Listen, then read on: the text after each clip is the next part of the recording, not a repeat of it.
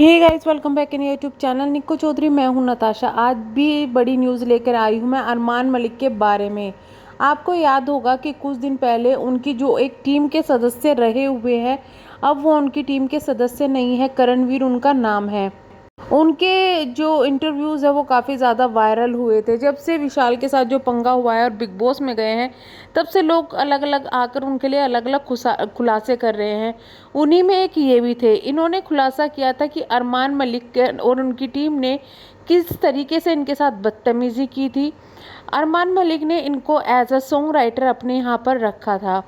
तो जो पैसे इनको दे रहे थे वो काफ़ी कम अमाउंट थी, और जो गाने लिख रहे थे उसके हिसाब से उनको पैसे दे रहे थे, जिस पर ये पहले तो एग्री हो गए। लेकिन फिर इन्होंने देखा कि भाई, क्योंकि ये काफ़ी टाइम से काम कर रहे थे, इनका अपना खुद का यूट्यूब चैनल है, तो इन्होंने फिर मांग की 40,000 रुपये की पर मंथ सैलरी के रूप में, जो कि अरमान की टीम से बात हुई। अब टीम ने क्या किया कि टीम ने इनको सैलरी देने से मना कर दिया। इतना ही नहीं, इनको जाने के लिए भी कहा। जिस वक्त इनका टीम से जो लड़ाई झगड़ा है वो हुआ था, काफ़ी ज़्यादा उनसे बदतमीज़ी की, तो इन्होंने ये बताया कि अरमान मलिक भी वहाँ पर आए। जब अरमान मलिक से बात करने की कोशिश की तो अरमान मलिक ने इनको गाली दी। इतना ही नहीं, बेइज्जत करके इनको निकाल दिया, यानी कि नौकरी से भी निकाल दिया। इसके बाद इनकी माँ ने इनको सपोर्ट किया, आने जाने का किराया दिया, और ये कश्मीर अपने घर वापस चले गए। जिसके बाद में ये काफ़ी ज़्यादा शांत थे और कुछ भी रिएक्ट नहीं कर रहे थे। लेकिन जब अरमान की और जो विशाल की कंट्रोवर्सी हुई, उस वक्त इनका भी इंटरव्यू वायरल होने लगा। इन्होंने भी इंटरव्यू दिया कि किस तरीके से अरमान जो है वो बहुत ज़्यादा झूठ बोल रहे हैं। वो हमेशा बोलता है कि मेरी टीम मेरी फैमिली है। उन्होंने बड़ी टीम तो रखी हुई है, पर टीम का कोई ख्याल नहीं रखते, उनको ढंग से सैलरी नहीं देते, और ना ही उनका बिहेवियर अच्छा है। बस टीम में कुछ सदस्य है जो कि अपने आप को जो मैनेज करते हैं। पहले तो उनका मैनेजर है वो, दूसरा सूरज। ये लोग काफ़ी ज़्यादा बदतमीजी करते हैं टीम के अदर मेंबर के साथ में। जब इनसे पूछा गया कि पायल और कृतिका का बिहेवियर कैसा है, तो उन्होंने कहा कि उनका बिहेवियर ठीक है, लेकिन उनको भी जब मुझे निकाला गया उन्होंने भी इस बात पर कोई भी रेस्पॉन्स नहीं दिया। उन्होंने ये भी बताया कि वहाँ पर खाना तो अच्छा मिलता था, लेकिन अगर हमें एक्स्ट्रा कुछ खाना पड़ता था तो हमें अलग से बाहर से खाना लेना पड़ता था।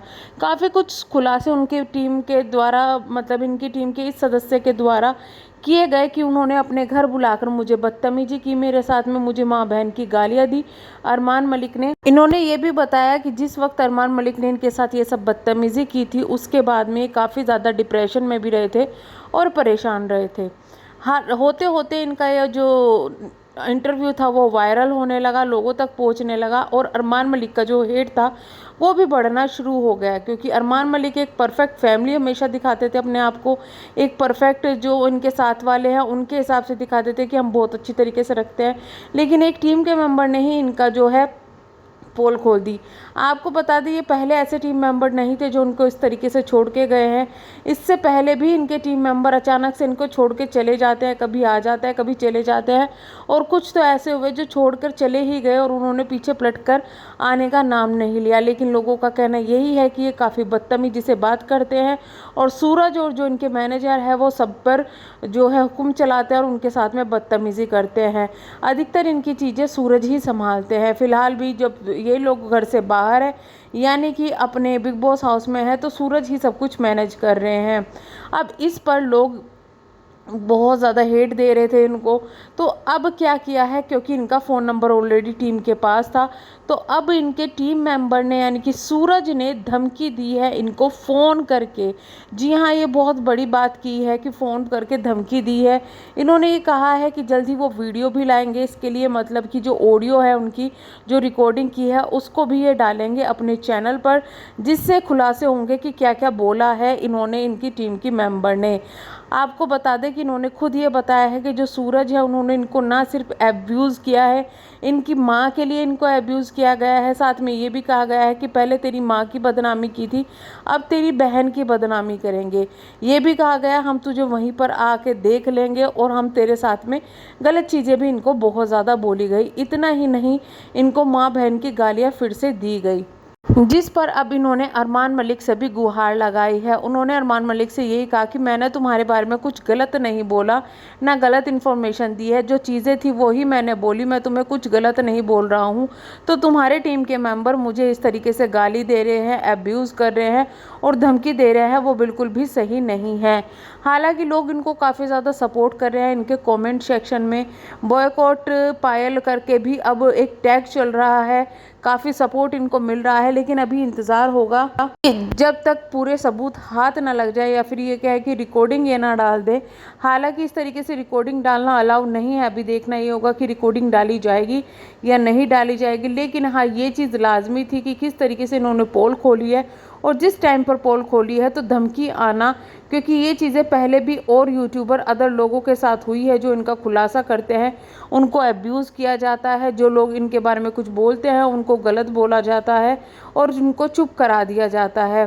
हालांकि अभी अरमान मलिक यहाँ नहीं है तो काफ़ी लोग इनके बारे में कुछ बातें बोल रहे हैं, जो कि कुछ सच्ची भी है कुछ झूठी भी है। लेकिन जिस तरीके से अब लोग बोल रहे हैं, अलग अलग लोग सामने आ रहे हैं जिनका कोई मतलब भी नहीं था, वो लोग भी अब अरमान मलिक को मारने की पीटने की धमकियां दे रहे हैं।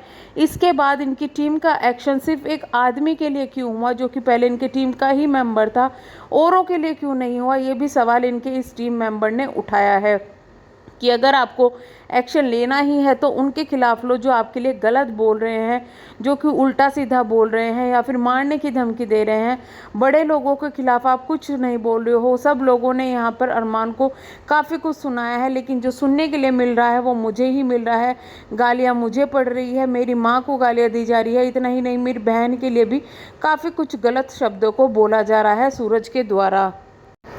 आपको बता दें कि इससे पहले जो इनके बेटे के काफ़ी करीब था चीकू, जिसके काफ़ी करीब थे नितिन, वो भी अचानक से इनकी टीम को छोड़कर चले गए थे, अपना एक अलग यूट्यूब चैनल बना लिया था। इतना ही नहीं, जब इनके बच्चे बीमार हुए थे उस वक्त भी नितिन वहाँ गए थे, चंडीगढ़ गए थे, लेकिन बच्चों से मिलने नहीं गए थे। जिसके बाद में काफ़ी कुछ सवाल नितिन से पूछे गए, लोग समझ तो गए थे, लेकिन नितिन ने कभी इस चीज़ के लिए खुलकर ये नहीं बोला कि हाँ ये हुआ या वो हुआ।